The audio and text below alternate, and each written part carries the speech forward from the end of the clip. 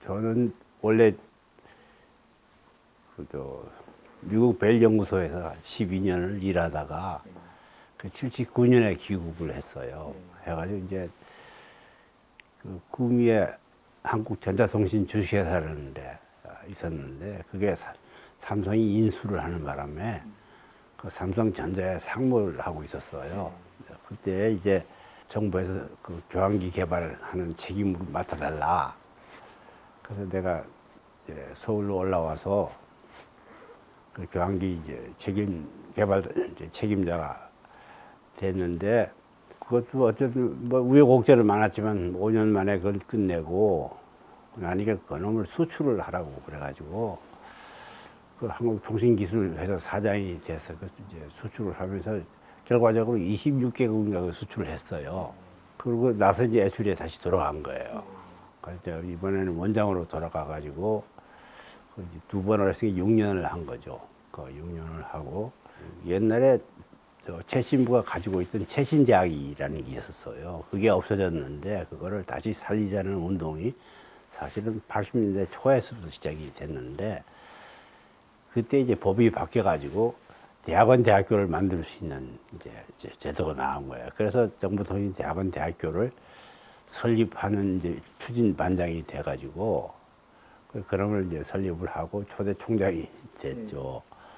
그러다가 뭐 3년 만에 그 정보통신부 장관이 됐어요.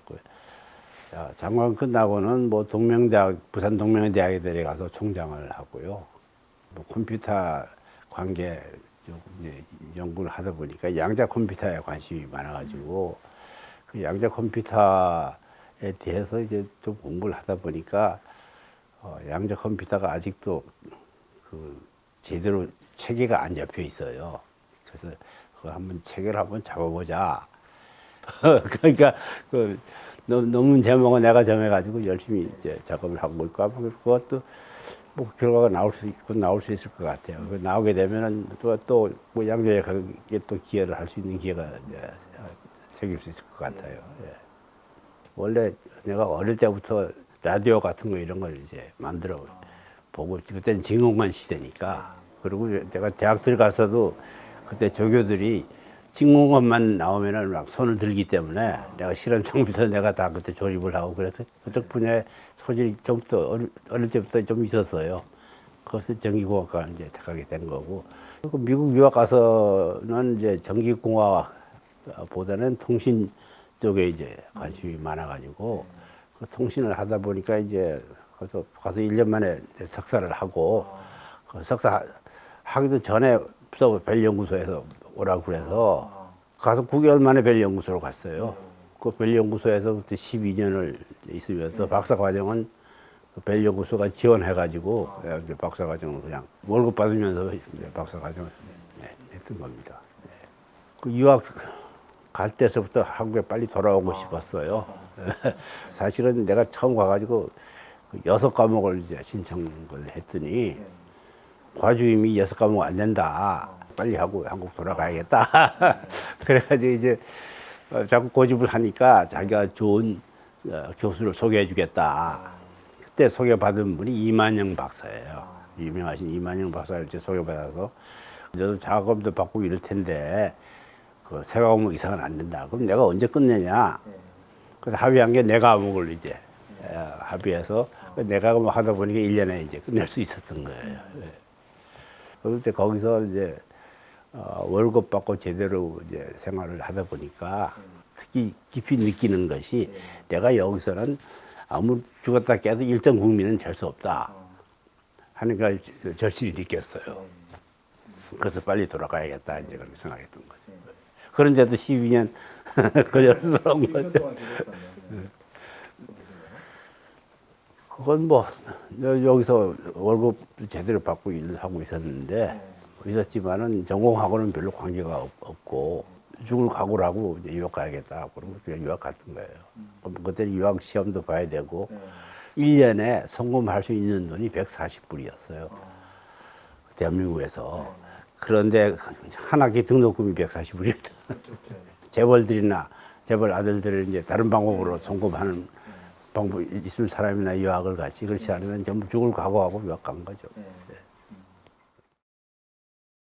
아니요. 한국전자통신 주식회사라고 그 교환기를 이제 조립하는 공장인데 거기 가 있다가 그거를 삼성전자가 그 회사를 삽니다. 그래서 그게 지금은 삼성전자 구미 공장이 된 거예요. 또 삼성으로 한 1년 6개월 있었나요? 있었는데 이제 그때 최순달 박사가 애출이 소장 되셔가지고 날 보고 교환기 이거 맡길 사람이 없으니까 그거 좀 맡아달라. 그래서 이제 월급도 뭐 반으로 깎이면서 이제 일로 온 거죠 사실은. 그 벨 연구소 올 때도 월급이 3분의 1로 줄여서 왔고 또 애출이를 가면서 또 반으로 깎여서 들어왔죠. 그 와서는 교환기. 예, 교환기 공장이 TDX도 교환기니까 그래서 이제 이 교환기를 나한테 맡기려고 생각을 했던 거죠. 엄청나죠 차이가. 차이 엄청난데 그래서 이제 생각을 많이 했죠. 이게 준비도 안 돼 왜 나를 불렀냐 이 생각을 많이 했죠. 근데 거꾸로 생각을 하면 준비가 돼 있으면 내가 필요 없는 거죠. 존재 가치를 이제 느끼게 된 거죠. TDX 이름은 나중에 이제 붙인 거고 완성해가지고 시제기 돌리러 갈 때 그 최순달 장관하고 협의해서 만든 이름이 TDX고 내가 15분할 교환기 개발 사업 단장으로 갔어요. 그걸 줄여서 시교단이라고 그러는 거야. 뭐 교환기 이름도 없고 15분할 교환기 개발 사업 단장으로 가서 그걸 개발하게 돼 있는데 거기 갈 때 주로 작용한 사람이 오명차관이었어요. 오명차관이 이제 날 보고 삼성 그만두고 여기로 오면은 뭐 연구소도 별도로 지어주고 그 뭐 연구원은 뭐 손가락질만 다 뽑아주겠다. 근데 그 손가락질 할 수 있는 사람이 없어요. 누가 교환기 해본 사람이 있어요. 있다면 이제 애출이 한 30명 되는 그것만 이제 손가락질 할 수 있는 거지. 그 당시 그때 선임 연구부장이라는 분이 통신 쪽을 다 책임지고 있었는데 최순달 박사는 통신하고 구미 전자기술연구소 그다음에 창원의 전기기기 시험연구소 세 개를 합쳐가지고 이제 소장을 했어요. 그러니까 이분은 이제 다른 것보다도 전두환 대통령이 반도체 꼭 개발해라 그래가지고 이 관심은 그거밖에 없어요. 반도체 쪽이에요. 그래서 이제 통신은 그때 당시 경상현 박사가 이제 다 맡고 있었는데 그 나는 가니까 시교단장이라고 그래놓고 이게 연료가 하나밖에 없는데 나머지는 매트릭스로 하라 이거 경상현 박사가. 근데 매트릭스 하면 내가 예산을 가지고 있거나 결재권을 가지고 있거나 뭐 인사권을 가지고 있거나 그래야지 내가 매트릭스가 되는 거지 하나도 없는데 어떻게 매트릭스 하라는 거냐. 그래서 사실은 참 난감했어요. 그렇다고 최순달 박사한테 고자질을 할 수도 없고 그것에 참 고민했는데 그러다가 이제 그 직원들은 전부 손가락질 하면 뽑아준다 그랬지만 직원들은 전부 경상현 박사 밑에 있는 거야. 내 밑에 있는 게 아니고. 그런데 그때 중용량 시외 교환기라고 에릭슨은 내가 정한 거죠. 근데 그 1억 6천만 불어치 이제 그 교환기 구매 협상을 내가 이제 책임지게 됐어요. 그러니까 이제 그 선임 연구부장이 나한테 그 태스크포스를 만들어준 거야. 그게 그 팀들이에요. 그래서 내가 이제 관장을 할 수 있게 된 거죠. 그래서 그 협상하는 과정에서 이제 4천만 불을 깎았거든요. 그 4천만 불을 깎았는데 그게 TDX 개발 대급하고 같아요. 그래서 그때 당시 오명차관 비롯해서 여러 공무원들이 개발한다 소리만 해도 그 돈은 깎일 수 있다. 그러니까 240억이라는 건 그때 상상 못할 돈이었기 때문에 한국형 전투기 만드는데 당군들의 최대 사업이라고 그러는데 그때 당시에는 TDX가 당군들의 최대 연구 개발 사업이에요. 근데 240억을 내가 번세비잖아요. 4천만 불 깎았으니까. 두 달 있다가 통신공사가 생겼어요. KT. 통신공사가 생기면서 그때 기술 부사장으로 경상현 박사가 그걸로 가버리게 돼요. 그래서 이제 내가 그 자리에 앉게 됐고 최순날 박사가 장관으로 가버리 사실상 그 예출 운영하는 입장이 이제 된 거예요. 그래서 연구소 전체를 TDX 연구소로 바꾼 셈이 됩니다. 전체 연구비는 얼마 안 되고 그 80%가 TDX 개발비였거든요. 대전에 짓고 있던 연구소도 완성을 하고 그래야 대전으로 이사하고 그래서 사실상 그 모든 인프라는 TDX 돈으로 다 만들었고요. 그래서 사실상 모든 연구소는 TDX 연구소로 만들어서 TDX 성공시키게 된 거죠. 그 전에 그 30명만 가지고 안 되고요. 예, 그 업체들이 이제 공동 개발한다고 이제 왔는데 이 사람들은 전혀 도움이 안 돼요. 그 이게 훈련소라 4개 업체에서 50명씩 뽑아서 이제 데려다 놨는데 한 1년 지나서 쓸만하면 싹 새 직원으로 바꿔버려요. 그 바람에 그 뭐 200명씩 5년 동안 했으면 그건 1000명이잖아요. 그래서 그 1000명들이 다 지가 TDX 개발했다 그래요. 그 사람들 뭐 개발하는 당연히 한 거지. 이게 연구 개발이라는 게 연구 개발을 해본 사람은 모르는 사람은 원리를 몰라가지고 뭐 그런다 하는데 여기 원리 모를 리가 없잖아요. 그 교환기 그 책 교과서에 다 나와 있는데 모를 리가 없는 거죠. 그걸 실제로 만들어 보면 그 속에 자질구레한 것들이 이제 맞질 않아서 이제 문제가 일어나는 거죠. 근데 나는 원리를 뻔히 아는데 안 될 리가 없잖아요. 그러니까 나는 그거 아무 자신 있게 이제 이야기하는데 이야기하면 그렇지만은 이제 통신공사가 됐잖아요.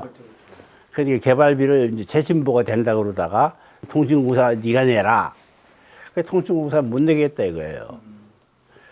그래서 그때 그 통신공사법 시행령이 개정이 되고 있었는데 그 재심부에 가서 거기다가 그 한국전기통신연구소에는 출연으로 한다 하는 걸 넣어달라.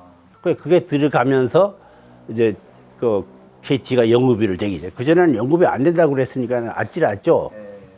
그러니까 연구소가 그 조항 들어가서 연구소가 살아난 거고 TDX도 이제 완성이 된 거예요. 그 사람들이 자발적으로 그 연구비 대고 그럴 생각이 전혀 없었고 어떻게 하면 안 되느냐 생각만 한 거지 되겠다 생각할 사람이 없어요. 그 성공하고 나니까 서로 지가 했다고 그러죠. 개발하고 나니까 그 애추리에서 그때 에릭슨의 그 소프트웨어 용역을 해준 적이 있어요. 그 팀을 가지고 나와서 해외 기술 용역도 해주고 그 용역을 하면서 교환기를 팔아야 되니까 그 교환기 수출하는 걸 네가 책임져라. 그래서 이제 나오게 됐는데 거기다는 엉뚱하게 행정전산망에 자금 지원하는 회사를 맡게 돼요. 그게 한국통신진흥. 아직도 그 KT의 자회사 살아 있어요. 거기서 3년 동안 자금 1,750억 그 만들어 데이컴에 빌려주는 작업을 한 거예요. 그 1,750억 그래서 그 바람에 돈을 어떻게 움직이냐 하는 걸 공부를 많이 했죠. 그 1,750억이 지금은 아마 한 2조쯤 될 거예요. 그 1,750억 해서 그때 데이컴에 빌려주고 데이컴이 그 돈으로 이제 행정전산망 사업을 한 겁니다. 통신진흥에서는 그러고요. 3년 뒤에 이제 통신기술사장이 돼요. 그래서 통신기술사장을 하면서 해외 다니면서 이제 수출 작업을 한 거죠. 그래서 필리핀서부터 시작해서 이란 뭐 이런 데 해서 다 26군데를 그 수출을 했어요. 그러고는 이제 그 3년, 다시 3년 뒤에 이제 애출이 다시 돌아온 거죠. 거의 매일 돌아다니면서 수출했죠. 수출 품목이 이제 우리 TDX요. TDX하고 용역이죠. 교환기 수출이 가능하다고 생각하는 데 가서 공짜로 용역도 해주고, 그리고 실제로 또 돈 받고도 하기도 하고 그랬어요. 인도네시아는 250만 불 받고 또 이제 용역을 했죠. 네, 돌아오고 싶죠. 네, 돌아오고 싶은데 뭐 다행히 다시 임명을 해준 거죠. 네. 가서 이제 애출이 가서 할 일이 많았어요. 쉽게 이야기하면 사무실마다 비가 줄줄 샜어요. 근데 그거 다 막기서부터 시작해서 여러 가지 작업을 했는데, 그래서 세계에서 최초로 연구소 관리 기법을 이제 개발한 거예요. 그게 뭐냐? 연구원들이 개인적으로 가질 수 있는 재산하고 그 애출이가 가질 수 있는 재산을 일치시켜 보자. 그래서 이제 고안한 것이 애출이 노조가 그 연구 단위의 노조의 원조예요. 네, 그렇죠, 그렇죠. 근무 시간 중에 뭐 백기환이 뭐 이런 사람 불러가지고 정치 강연을 하고 그게 뭐 예사였어요. 그래서 내가 가자마자 노조위원장 인사할게. 야, 그건 내가 막상 왜 안 된다. 뭐 근무 시간 중에 뭐 연구원이 일해야지. 그 정치 강연 듣게 안 된다. 전임 소장 벌써 떠난 지가 언젠데 안 된다. 또 일주일도 안 됐는데 정복의 형사가 와가지고 또 이상한 놈 불러가지고 또 정치 강연 했다 이거야. 그런데 노조형이 맨날 하지 말라네 또 했냐. 그랬더니 전임 소장 왜 탈의하냐. 그래서 이제 앞으로 절대 안 된다. 그리고는 정무부장 보고 강당문 잠궈라. 그거 이제 허가 없이 거기다 못하게 해라. 그러니까 이제부터 떼지어서 이제 고함 지르고 이제 데모하기 이제 시작하는 거야. 직장 폐쇄까지 했어요. 직장 폐쇄까지 해서 5월 달에 가서 10월에 노조하고 합의를 했어요. 그때서부터 이제 이거 안 한다. 그리고 그때 단체 협약을 이제 하고 있는데 내가 통신기술 사장 할 때도 노조가 있었거든. 근데 거기서는 기관장은 나와라 소리 안 해요. 애출이 노조는 말이죠. 기관장 안 나오면 불성실하다고 회의를 안 해요. 그 할 수 없다도 나가야 돼. 그 나가면은 이제 거기 기관장이 나가면은 사용자 쪽 대표 있잖아요.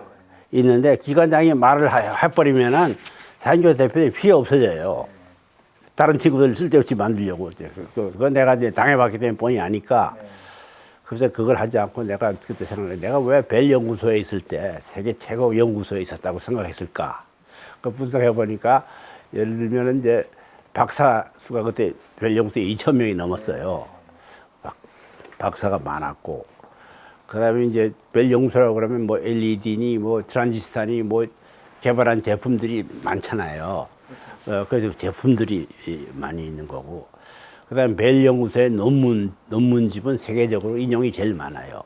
그다음에 이제 발명 특허가 엄청나게 많아요. 그다음에 이제 노벨상 탄 사람들이 또 많아요. 그걸 다 하면 전부가 P자야. Paper, Patent, Product, Pride, PhD까지. 그래서 이제 5P를 이제 한번 해보자. 연구원 1인당 그게 많으면 세계 최고라고 할 수 있지 않느냐. 해보니까 내 임기 동안 노벨상은 안 나올 것 같고 하나 뺐어. 그 다음에 이제 박사 수가 비율로 애출이 훨씬 더 많았어요. 그래서 그 두 빼고 이제 P가 3개가 남잖아. 그래서 3P라고 그런 거야. 그러니까 이제 발명 특허, 논문집, 그 다음에 제품 개발. 이게 1인당 그게 제일 많으면은 세계 최고라고 주장할 수 있지 않냐.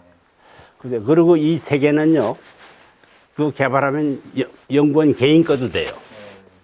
자기가 논문 쓰고 발명 특허 받고 그거 제품 개발했으면은 세계 어디 가든지 다 써먹잖아요.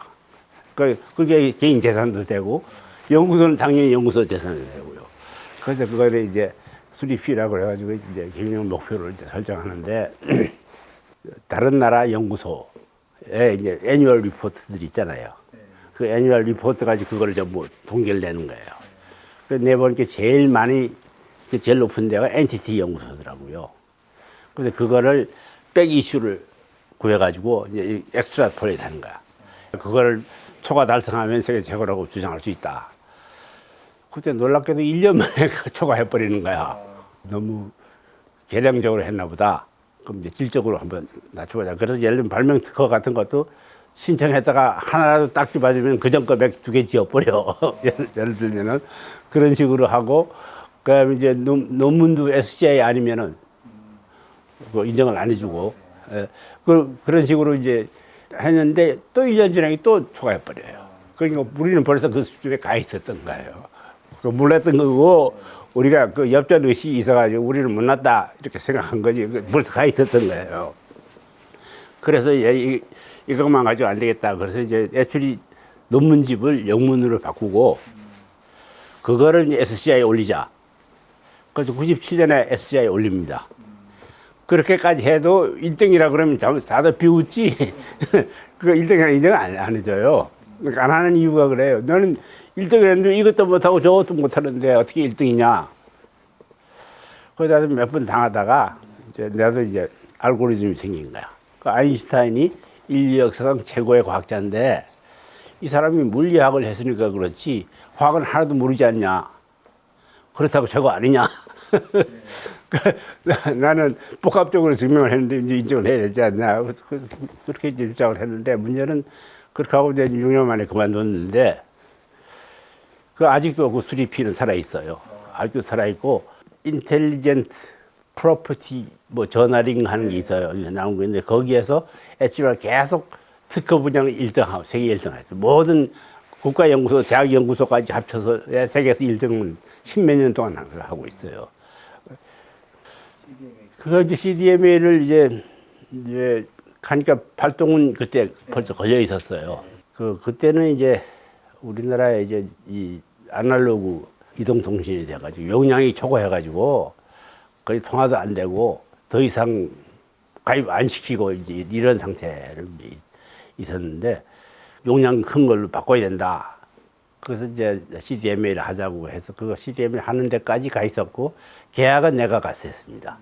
그 퀄컴하고 계약은 내가 가서 했는데 최신부에서는 내가 책임 안 지면 그 프로젝트 안 된다.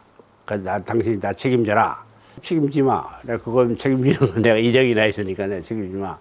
그렇게 해서 처음부터 끝까지 얘한테 그걸 책임을 맡기면서 연구비가 나온 겁니다. 근데 연구에 책임을 지고 연구를 프로젝트 하면은 TDX 할 때도 마찬가지인데 나는 어릴 때부터 땜질하고 그랬다고 했잖아요. 그러니까 내가 실제로 하면 애들보다 훨씬 더 잘할 수 있는 거야. 근데 내가 하면은 딴 사람이 없잖아요. 그러니까 사람이 잘하지 않고. 그걸 참고 애를 시키는 게 처음에는 굉장히 힘들었어. 참고 이제 애들 시켜가지고 시키면 말이지 뭐 덤벙대고 말이지 뭐 실수도 하고 뭐 그걸 해야지 발전이 있으니까. 그게 참 그게 어려워요. 그러니까 그걸 모르는 사람은 가서 막 개발할 때 뭐 힘들잖아요. 개발하면 스트레스가 많았을 거야. 근데 그거는 스트레스라는 게 뭐냐 이거야. 내가 할 줄 모르고 그 일이 안 될 때 자기 해결 방법을 모를 때 스트레스가 있는 거지. 내가 할 줄 알고 해결 방법을 아는데 스트레스가 없죠. 없을 뿐 아니라 차라리 되고 나서를 생각하면은 더 행복한 거지. 저는 전혀 스트레스 안 느꼈어요. 그래서 이제 그 CDMA 개발을 제가 맡게 된 거고, 그래서 체계도 만들고, 이제 사실은 퀄콤이 우리를 뭐 많이 도와준 걸 했는데, 사실은 퀄콤하고는 경쟁 상태였어요. 애출이하고는. 1년 지난 뒤에. 그래서 퀄콤보다도 애출이가 1년 먼저 그 개발을 끝냈고, 퀄콤은 그 뒤에 교환기 공장을 만들어서 이제 생산을 했는데, 그거 잘 안 돼가지고 에릭슨한테 팔아버렸죠. 근데 원천 기술 그러는데 원천 기술을 다 아는 거고, 그 원천 기술에 해당하는 것보다 원천 특허가 문제죠. 그 원천 특허 때문에 이제 로얄티를 이제 퀄컴에 낸 거고, 그래서 퀄컴하고 내가 협상을 해가지고, 막 개발은 내가 한 거잖냐. 원천 특허 네가 가졌지만은, 그러니까 이거 네 로얄티에 반 내놔라. 협상을 시켜가지고 20%로 이제 합의를 한 거예요. 그러니까 로얄티를 퀄컴한테 우리 업체들이 내면은 20%를 애쉬가 돌려받는 거야. 그 돈이 엄청났어요. 엄청났고. 그 바람에 그 국내 업체들은 나하고 전부 로얄티 내겠다고 계약해놓고 한 푼도 안 냈어. 네가 뭐 퀄컴한테 받지 않냐? 그래서 우리도 받으니까 알았다고 한 푼도 안 받은 거예요. 퀄컴이 CDMA에 대한 그 원천 특허를 가지고 시제품을 만들어 놓고 있었어요. 그 이제 시제품이라는 게 이제 100가입자, 뭐 200가입자 정도 쓸 수 있는 시제품을 만들어가지고 그거를 샌디에고 근처에다가 기축을 만들어서 모토로라하고 같이 이제 기축을 만들어서 이제 시운전을 하고 있었는데 우리가 그 시제품을 사준 거죠. 네, 그 시제품을 사줘가지고 그걸 이제 가지고 완전히 이해를 하게 된 거고 그걸 이제 용량을 키워가지고 몇천만도 쓸 수 있는 용량을 만든 거는 이제 애초에 개발한 거죠. 네. 원천 기술은 다 아는데 아까 이야기했잖아요. 그 원천 특허를 누가 가졌냐예요. 그걸 퀄컴이 가지고 있는 거예요. 마지막에는 퀄컴이 로얄티 못 주겠다고 그래가지고 이제 소송도 하고 뭐 소송해서 이겼죠. 또 그걸 상용화라는 게 그 이제 개발 끝내고 쓸 회사도 다 정해져 있었어요. 포철하고 하는 신세기 통신이 포철하고 그 코롱하고 미국의 전화회사하고 이렇게 합작해서 했는데 미국 회사 쪽에서 와가지고 이거 CDMA가 되지도 않는 거 하니까 다 옛날 식으로 하자. 그때 칼라 힐스라고 유명한 여자가 있어요. USTR 초대 위원장 했던 칼라 힐스 불러들여가지고 청와대 가서 그냥 공갈 막 치고 그랬어요. 그 비서실장 하던 한 뭐지 그 양반하고 만나가지고 담판도 하고 이건 안 되고 다 된 거다. 다 해놨는데 지금 이거 무슨 엉뚱한 이야기냐. 원천 기술이 없죠. 원천 기술이 뭐냐. 설명하는데 이 사람은 슬슬 피하기만 하지 뭐 책임지려고 그러지도 않고 김영삼 씨가 그 대통령을 했는데 이석재 장관하고 내가 그 뒤에 술집에서 이제 만나서 이야기하는데 이 김영삼 씨가 이석재 씨를 장관으로 보낼 때 CDMA 주기라고 보냈답니다. 그래서 이석재가 장관으로 와서 보니까 경상현 장관 할 때 이제 CDMA를 채택을 했거든요. 그래서 이제 경상현을 이제 내보내고 이제 이석재가 와서 CDMA 주기라고 이제 해서 왔는데 이석재가 와 보니까 주기 상태가 다 돼서 지금 깔고 있는데 뭘 주기냐 이거야. 그래서 그 이제 이석재 말로는 자기가 김영삼 대통령한테 가서 이거를 죽이면 정치적으로 부담이 더 큽니다. 이거 지금 죽일 수 없습니다. 그래서 칼라에서 나발이 왔더라 지금 다 깔았는데 뭐라 그럴 거냐. 그래서 CDMA가 깔린 거예요. 그러니까 그러는 과정에서 이제 이게 뭐 국회는 국회의원대로 뭐 지가 잘났다고 안 되지도 않는 거 왜 하냐고 말이죠. 네 자신 있냐고 말이죠. 이렇게 따지죠. 그렇게 안 한 사람이 하나도 없어요. 그 다 되고 나면 전부 지가 했다고 그래. 지가 해서 이렇게 됐다고 그랬죠. 전부 지가 했다고 그래. 대궐을 하나 지으면은 수만 명이 지가 지었다 그러는데요. 벽돌 하나 옮겨놔도 지은 거는 지은 거잖아요. 그래서 내가 이제 나중에 생각한 거는 대궐 짓다가 붕괴되면은 다 안 지었다고 도망갈 거. 하잖아요. 그래서 진짜 공로자는 실패했을 때 도망 못 갈 사람이 공로자다. 성공했다고 훈장한 사람이 공로자가 아니고 실패해서 도망 못 가는 사람이 이제 공로자다. 그 생각도 해봤어요. CDMA는 디지털 방식이고 그 디지털 방식이 이제 두 가지가 있어요. 그게 유럽이 쓰고 있는 디지털 방식하고 이제 우리가 개발한 CDMA인데 CDMA는 부호 분할이라고 그래서 내가 다른 사람들 설명할 때 내가 여러 나라 사람들이 자기 나라 말하는데 내가 거기 중간에 있다고 그래요.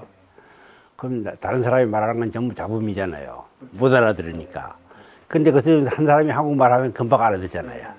그거나 마찬가지예요. 그러니까 여러 가지 사람들이 완전히 다른 암호로 하는 내 암호하고 맞는 거는 바로 들을 수가 있는 거예요. 그렇게 해서 여러 사람이 동시에 이제 통화할 수 있게끔 만드는 게 이게 CDMA예요.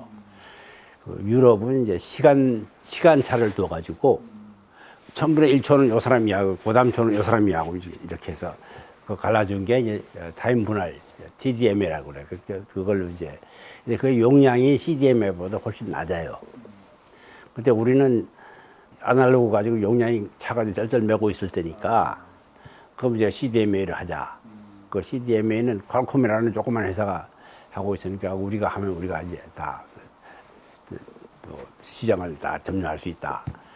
그래서 CDMA를 이제 하게 된 거고요. CDMA가 성공하고 나니까 왜냐면 CDMA 시작할 때 우리 최대 800만 가입자 CDMA만 되면은 수지 맞는다. 그리고 이제 그 연구비 계산하고 이제 타당성 이제 설명을 했거든요. 그 CDMA가 개통돼가는 게 800만 원, 한 달도 안 돼서 800만 원 넘어버리는 거야.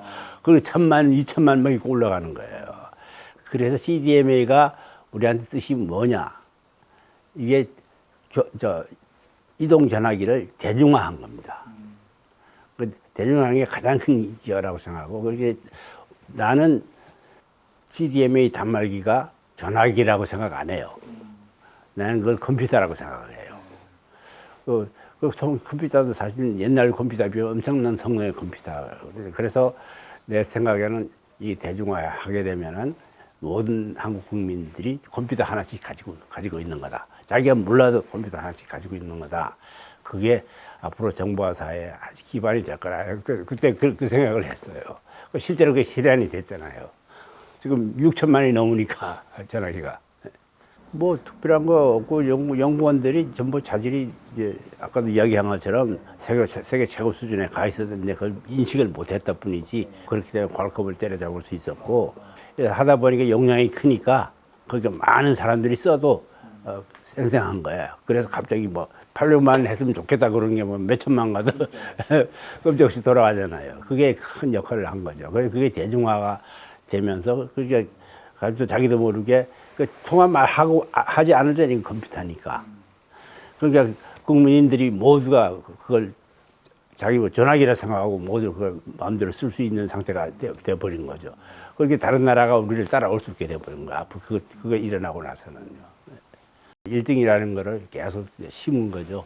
이제 1등이냐 아니냐는 연구소는 엄청 차이가 나죠. 1등 아닌 사람이 개발하면 3등짜리 만들어 놓고도 잘했다고 이제 하고 그래 나가 자빠질 텐데, 1등이라고 생각하면은 1등 아니면 안 되거든요. 1등을 만들어 놔야지. 그런 자신감들이 이제 팽배하고, 또 이제 그때는 CDMA가 이제 엄청 푸시를 받을 때니까, 그래서 내가 정통부에 가서 인센티브를 엄청 받아올 수 있었어요. 그래서 그때 내가 요령을 좀 부려가지고 인센티브를 차등해서 지급하면 인센티브잖아요.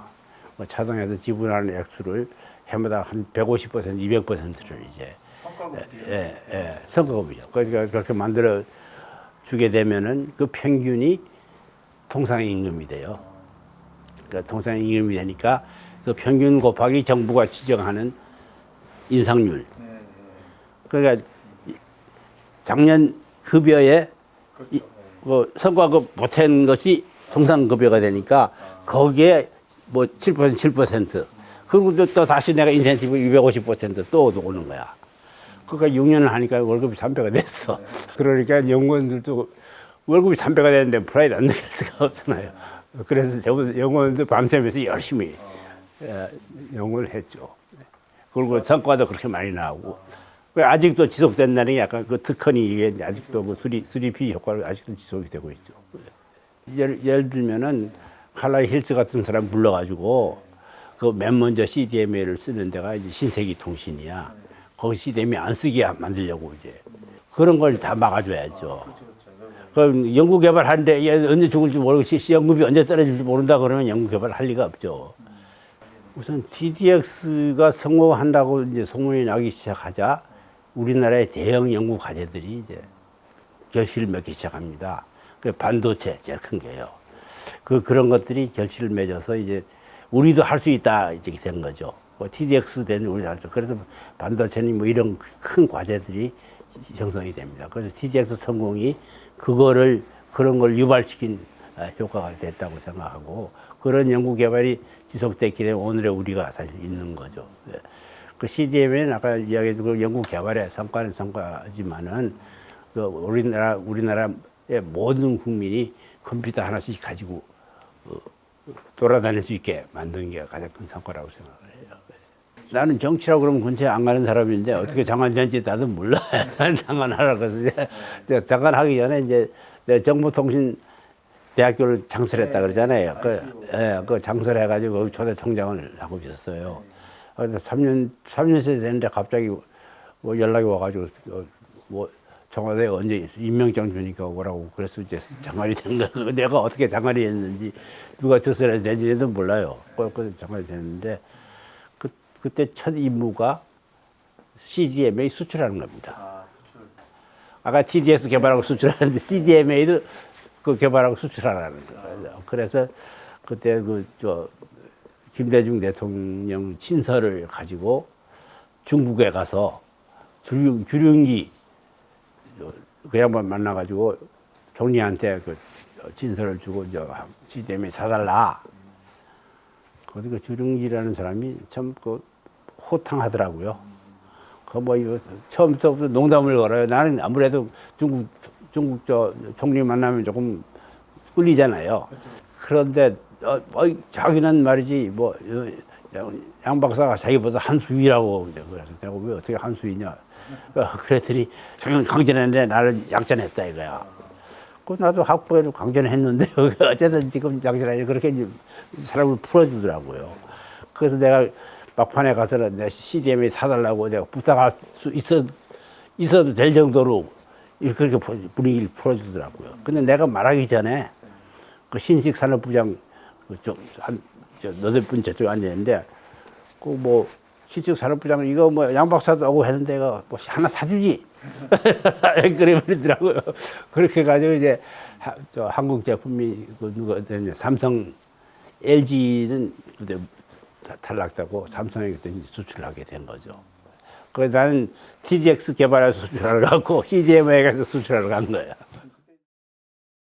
정통부 가서 장관이 할 수 있는 거를 이제 장관이 이제 간부들 인사권은 가지고 있는데 그 인사권 말고 그 업무를 세세하게 지시하고 할 거는 별로 많지가 않더라고요. 그래서 그중에 내가 정통부 정상 업무에서 하나 했던 것은 후발 업체를 키워주는 것이 정통부의 임무인데 키워주는 걸 말로만 하지 제대로 하나도 안 돼 있더라고요.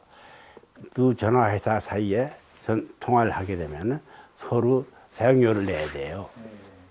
그러니까 예를 들면 이제 SKT하고 LG U+하고 하게 되면은 SKT 가입자가 많으니까 이쪽을 통화할 사람이 별로 없을 거고 이쪽은 얼마 아니니까. 그렇지만 이 사람들 전부 이쪽으로 다 통화를 하고 그다음에 접속료를 내야 되잖아요.